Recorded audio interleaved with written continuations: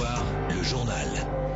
La communauté genevoise d'action syndicale critique l'enlisement du protocole d'accord sur le logement. Les syndicats estiment que le Conseil d'État n'écoute pas leurs propositions. Marc Muller est notre invité ce soir. Un ballon géant flotte sur le jet d'eau de Genève. Le symbole de l'euro a été inauguré cet après-midi au cœur de la rade. Et la société pédagogique genevoise hausse le ton et dénonce le projet de réorganisation de l'instruction publique. Olivier Beau, président de la SPG, est notre invité ce soir. Bonsoir à tous et bienvenue dans cette édition du jeudi 24 avril. 4 hommes se sont installés ce soir dans la tribune publique du Grand Conseil avec des maillots fustigeant le mouvement citoyen genevois. Vous le découvrez d'ailleurs à ces images. L'inscription magouilleur, cogneur, girouette figurait sur leur t-shirt. Par deux fois, la présidente du législatif cantonal a invité les individus qui se levaient pour exhiber leur slogan à s'asseoir. Au troisième avertissement, elle leur a demandé de sortir. Les manifestants n'ont pas bougé. Ils ont finalement été évacués avec l'aide de la police sur le coup des 18h50. La communauté genevoise d'action syndicale tire la sonnette d'alarme. La CGAS critique l'enlisement du protocole d'accord sur le logement signé en 2006. Un accord qui a instauré une nouvelle règle en réservant 15% du parc locatif aux logements d'utilité publique.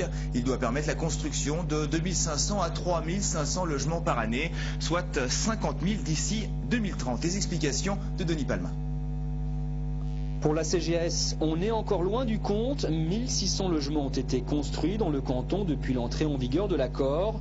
Les syndicats estiment que le Conseil d'État n'a montré jusqu'ici aucune volonté politique en termes de déclassement de terrains agricoles. Le protocole d'accord prévoit des déclassements opérationnels de zones agricoles. Ce que l'on constate qu'après sa signature, M.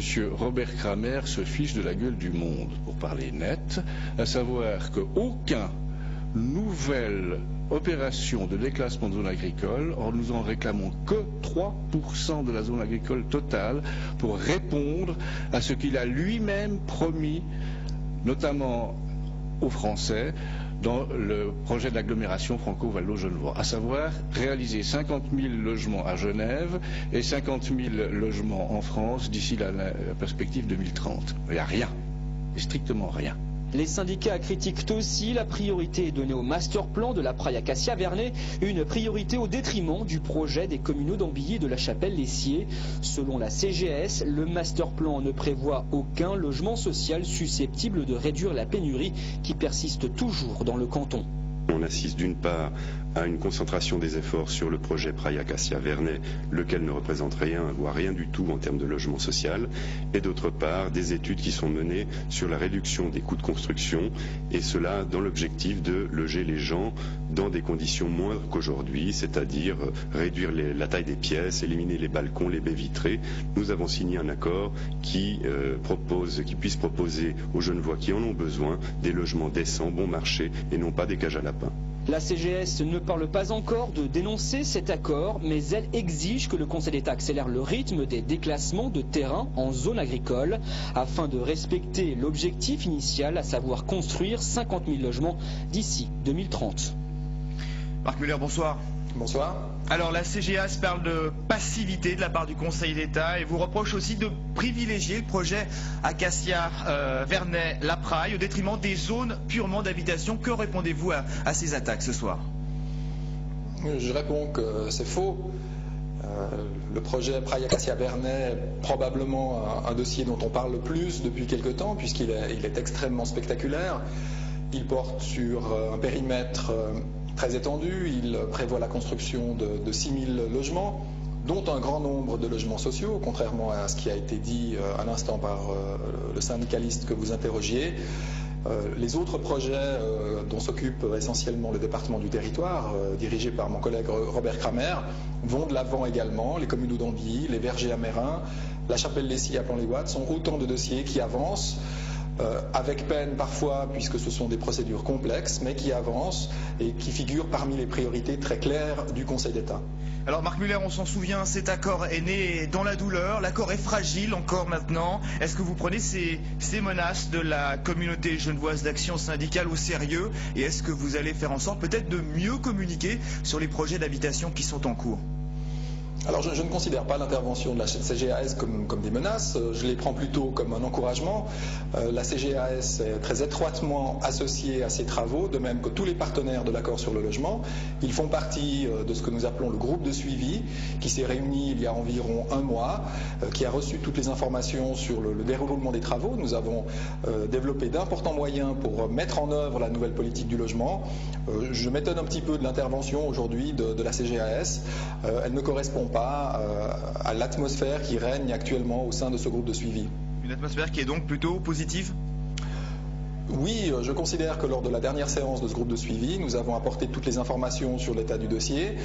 Il faut bien comprendre que la nouvelle politique du logement, approuvée à l'unanimité par le Grand Conseil en mai dernier, qui d'ailleurs n'est entrée en vigueur qu'en juillet dernier, donc ça fait environ 6 mois que nous travaillons sur ces nouvelles bases, ou une petite année, disons, c'est un changement complet de la politique du logement. Nous devons mettre en place un grand nombre de nouvelles pratiques, préparer un nouveau règlement d'application. Tout ceci prend du temps et je comprends l'impatience de la CGAS, je la partage même, mais je crois qu'au lieu de s'envoyer des critiques les uns aux autres, nous ferions mieux de tirer tous à la même corde aujourd'hui. Marc Muller, merci beaucoup, merci d'avoir répondu aux questions en direct de l'Hôtel de Ville. Très bonne soirée. Un ballon géant flotte sur le jet d'eau de Genève, gonflé à l'hélium. L'emblème de 15 mètres de diamètre volera à 10 mètres au-dessus du symbole de la ville, à 150 mètres du sol, et ça jusqu'à la fin de l'Eurofoot 2008. Les explications de Jean-Pierre Jobin, président de Genève Tourisme. Il tient par la force de l'hélium qu'il le tient en l'air et il est retenu par 3 câbles au sol et il est susceptible aussi d'être rabattu, redescendu. D'une part, périodiquement, il faudra rajouter un peu d'hélium parce qu'il y a toujours une perte, donc il faudra le descendre pour le regonfler en quelque sorte, et puis le descendre pour le protéger, notamment en cas de trop fort vent ou trop forte bise. C'est le symbole le plus fort qu'on pouvait imaginer, d'associer un ballon de foot au jet d'eau. Je crois que pour Genève, c'est une association exceptionnelle et une réussite extraordinaire. Et félicitations et remerciements à tous ceux qui ont contribué à cette réussite. La réforme de l'enseignement primaire inquiète la société pédagogique genevoise. Les syndicats demandent plus de moyens pour réaliser cette organisation. Olivier Beau, bonsoir. Bonsoir. Alors des menaces à demi voilées, est-ce que ces menaces ne sont pas propres finalement à raviver la guerre scolaire qu'on a connue il y a quelques années cela ? Non, je ne crois pas du tout. C'est le projet de nouveau fonctionnement, c'est un projet que la SPG a soutenu tout du long. Et ce qu'entend aujourd'hui le chef du département, ce que nous montrons de manière visible aujourd'hui, ça fait quand même une année en fait qu'il l'a déjà entendu et qu'on lui a dit tout ce qu'il fallait en termes de moyens et de conditions de réussite pour que ce projet ambitieux réussisse. Cela dit, on est à 5 mois de cette rentrée scolaire dont vous parlez. Est-ce que c'est pas un peu tôt pour lancer un ultimatum comme vous le faites aujourd'hui ? On pourrait plutôt penser que c'est un peu tard, effectivement, puisque le budget 2008 est déjà voté. Ce que nous, on demande, c'est qu'il y ait un signe positif de la part du département pour que les enseignants soient justement encouragés à faire en sorte que ça fonctionne. Or, c'est plutôt le contraire qu'on nous annonce, puisqu'on nous parle de fermeture de postes, de fermeture de classes. Enfin, c'est que en manière négative qu'on nous décline les projets. Alors, parler de manière négative, mais on a aussi un peu l'impression que c'est une prise d'otage. De nouveau, l'école est en otage dans un conflit entre les enseignants, l'État, le gouvernement. Est-ce qu'il n'y a pas une sorte de mauvaise volonté quand même de la part des enseignants? Qu'est-ce que vous répondez aux gens qui vous disent mais attendons de voir comment ça va se passer? Non, je crois que la société pédagogique genevoise assume ses responsabilités. Elle a une grande part justement là-dedans, les parties prenantes de l'école genevoise primaire. Elle a encouragé ses collègues à postuler pour les postes de directeur d'établissement. Il y a nombre de membres de la SPG qui vont être directeurs demain et nous sommes soucieux pour qu'ils aient de bonnes conditions de travail à la rentrée, évidemment pour le corps enseignant et pour les élèves in fine. C'est ça qui est important. Donc les directeurs, c'est aussi important de le dire, nous soutiennent pour bonne part car ils n'ont pas envie d'entrer dans les mauvaises conditions. Là, c'est là où se joue l'incompréhension entre le syndicat et le département. C'est qu'on ne demande pas grand-chose, simplement qu'il y ait pour un projet aussi ambitieux que ça, des moyens à la hauteur des ambitions, tout simplement. Olivier Beau, merci beaucoup. Merci d'être venu ce soir répondre à nos questions. Merci. Pierre Maudet part à la chasse au débarras sauvage. Le conseil administratif de la ville a tiré un bilan plutôt positif de l'opération pilote menée durant ce mois à la Jonction. Une campagne informative mais aussi répressive avec des amendes parfois salées. Pierre Maudet dénonce ce type d'incivilité. On l'écoute. C'est inadmissible parce qu'on occupe la rue d'une manière qui n'est pas prévue pour ça, parce qu'on la rend sale d'une autre manière, parce qu'on crée des lieux propices à l'insécurité, puis parce que ça coûte cher, et ça coûte cher en termes d'impôts pour le contribuable. Et on est content de voir que d'une part, à la faveur de notre sensibilisation, la population a bien réagi, et puis qu'avec la répression, les quelques amendes qu'on a distribuées, là le message est passé aussi. Celles et ceux qui jouent le jeu, ils ont raison de le jouer, et ils ne se font pas amender. Alors on trouve de tout, on devrait trouver beaucoup moins, notamment quand je parle de beaucoup moins, c'est les téléviseurs, les frigos et tout ça qui font l'objet d'une taxe avancée qui devrait normalement prendre le chemin des commerces qui les distribuent. Alors on a 4 camions permanents qui vont tourner sur des secteurs de la ville, donc on a divisé la ville en 4 secteurs, 2 par rive, et un 5e camion lorsqu'il y a surcharge, et les surcharges viennent notamment de la problématique des débarras sauvages. Le numéro 1 mondial du luxe, le français LVMH, a annoncé aujourd'hui qu'il allait se renforcer dans les montres haut de gamme en mettant la main sur l'horloger suisse Hublot. LVMH annonce la signature d'un accord en vue de l'acquisition du groupe, l'une des marques horlogères haut de gamme qui connaît le plus fort développement. Le montant de la transaction est estimé à plus de 500 millions de francs et devrait entrer en vigueur d'ici quelques semaines. Nappes blanches, champagne et traiteurs, c'est ce qu'ont pu découvrir les passants aujourd'hui sur la place du Cirque. Michel Ducommun, ancien président du Grand Conseil, nous explique le but de cette curieuse manifestation. L'écoute. Nous représentons une amicale qui s'appelle le New Bagnan, que André Lhuillier, qui est à côté de moi, en bronze, avait créé il y a pas mal d'années.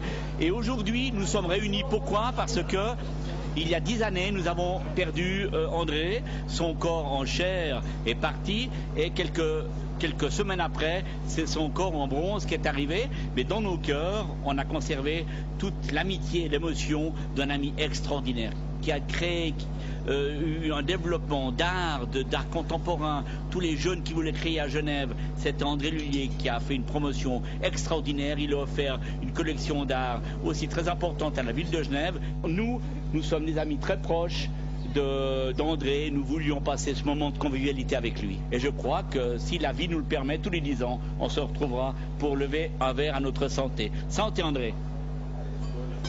Il fait l'apéro ?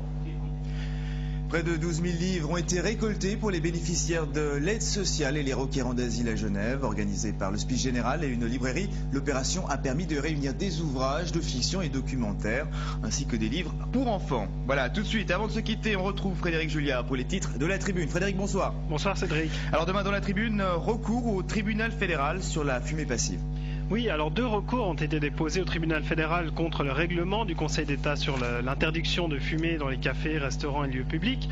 L'un qui demande plus d'exceptions et l'autre, celui que nous publions demain, qui demande que l'interdiction entre en vigueur beaucoup plus rapidement, non pas le 1er juillet comme le voulait le Conseil d'État, mais immédiatement, et qui demande également que les exceptions, par exemple les cercles sportifs, les chambres d'hôtel, etc., soient purement et simplement annulées et que donc l'interdiction soit beaucoup plus sévère.